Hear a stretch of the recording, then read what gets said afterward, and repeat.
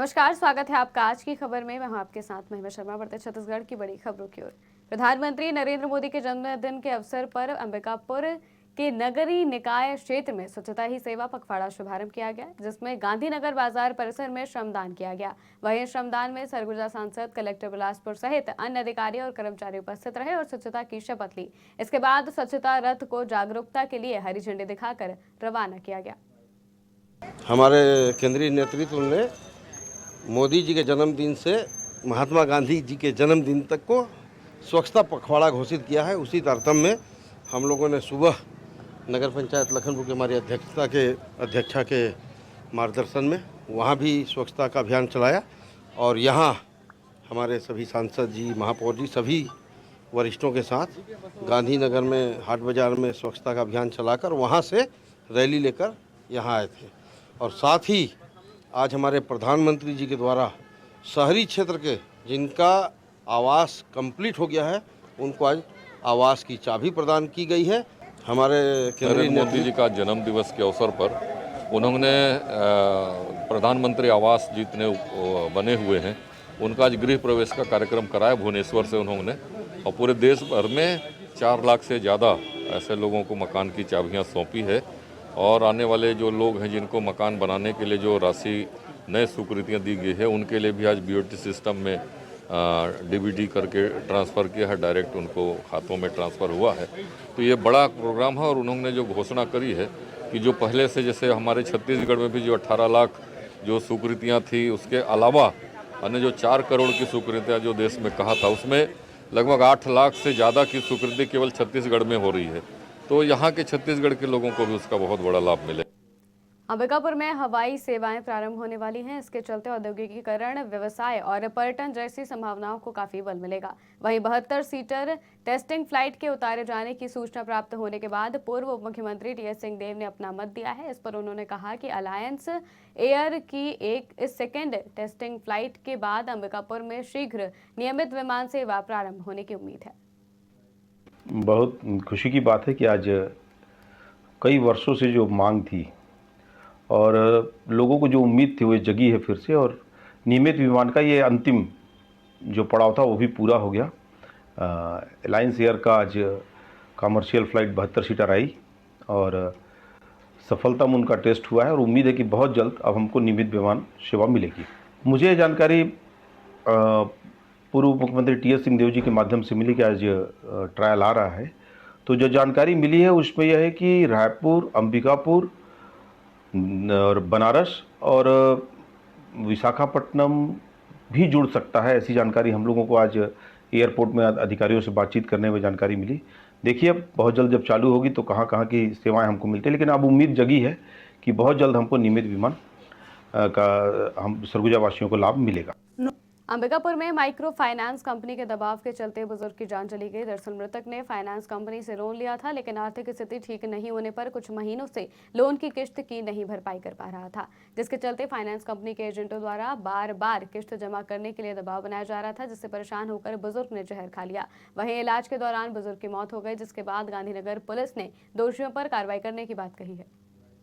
Notice आई सुहा रायपुर ले तेकर कोई इसकी नहीं पटा एला पटैया नहीं तो रायपुर जइहा तेकर फिर हमन गए वहाँ सर जग तो कोई पैसा पटैया तो रायपुर ले माफ़ कर देबो ऐसे अतुल सर तो कहीं बोली नहीं। तेकर फिर हमन आए गए तो कहन कमाब तभी तो पटाबो, अभी कमाई धमाई बरसात में कोई होते नहीं है तो नहीं देवे करा पैसा कहाँ से दे, वही टेंशने हुई कहाँ से पटाऊँ कोई नोटिस आई। तो हमको ऐसी सूचना प्राप्त हुआ था कि डिगमा में कोई एक घर भरन बरगाह है, वो पॉइजन सेवन कर लिया है और उनकी मृत्यु हो गई है। तो मौके पर आए थे हम लोग, पूछताछ पर पता चला है कि मृतक जो है जहर सेवन कर लिया था और उसको जिला अस्पताल में एडमिट किए थे। कल उसकी जहर सेवन के कारण से जो उसकी फौत हो गई है और उनको यहाँ वापस घर में लाए हैं क्रियाक्रम के लिए। इसमें बात अभी वही बता रहे थे, यहाँ कोई एक सुरेश बुनकर करके हैं, उनके द्वारा बताया गया है कि कोई माइक्रो फाइनेंस से लोन लिया था और उसी लोन का कागज़ वगैरह आने से जो है 2-3 और कागज़ पहले भी आए थे बोल रहे थे, और इनका कहना है कि वो लोन के कारण ही उसने आत्महत्या करने की आस से जहर सेवन किया है। आगे जो भी इनका बयान वगैरह के आधार पर जांच कार्रवाई की जाएगी, जो सामने आता है जो भी तथ्य। जगदलपुर की अवैध शराब तस्करी पर बस्तर पुलिस की बड़ी कार्रवाई की गई है। बता दें कि पुलिस ने 190 पेटी अंग्रेजी शराब बरामद की है, जिसकी कीमत करीबन 1 लाख रुपए है। वहीं मामले में आरोपी को गिरफ्तार कर न्यायालय रवाना किया जा रहा है। साथ ही मामले में अन्य फरार आरोपियों की तलाश जारी है, जिन्हें जल्द ही गिरफ्तार किया जाएगा।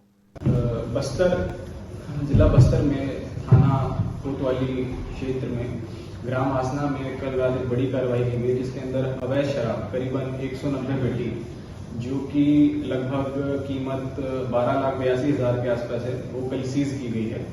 हमारा जो एक कैंपेन है, एक युद्ध नशे के विरुद्ध, इसके चलते क्रम में एक बड़ी सफलता बस्तर पुलिस को मिली है।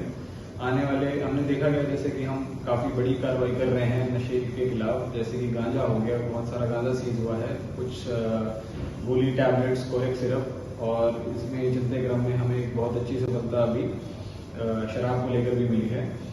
फिलहाल हमने जो शराब सीज की है ये मध्य प्रदेश से देखी जा रही है, मध्य प्रदेश से आई है। इसके अंदर अभी एक आरोपी गिरफ्तार है और बाकी आरोपियों की पता तलाश इसके अंदर जारी है। कोंडागांव में गणेश चतुर्थी का पर्व हर्षोल्लास के साथ मनाया गया। इस दौरान सुरक्षा व्यवस्था को लेकर पुलिस प्रशासन पूरी तरह से मुस्तैद दिखी, लेकिन हाई कोर्ट के ध्वनि प्रदूषण की गाइडलाइन का पूरी तरीके से उल्लंघन किया गया। आपको बता दें कि 17 सितंबर की शाम से देर रात तक गणेश विसर्जन के दौरान बैंड के शोर ने पूरे शहर को थर्रा दिया। एक तरफ पुलिस ध्वनि प्रदूषण पर कार्रवाई का दावा कर रही थी, तो वहीं दूसरी तरफ पुलिस की उपस्थिति में रात भर हाईकोर्ट के आदेश की अवहेलना होती रही।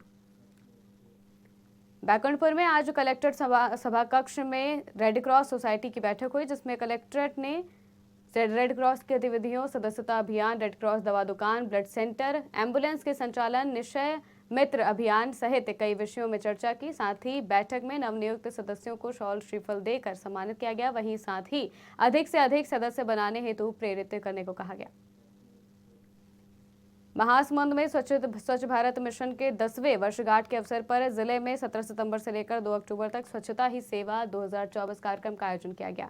इस अभियान की शुरुआत स्थानीय संजय कानन उद्यान में वृहद सफाई अभियान चलाकर किया गया। बता दें कि अभियान का उद्देश्य समाज में स्वच्छता के प्रति जागरूकता बढ़ाना और स्थानीय स्तर पर जन भागीदारी के माध्यम से स्वच्छता को बढ़ावा देना है।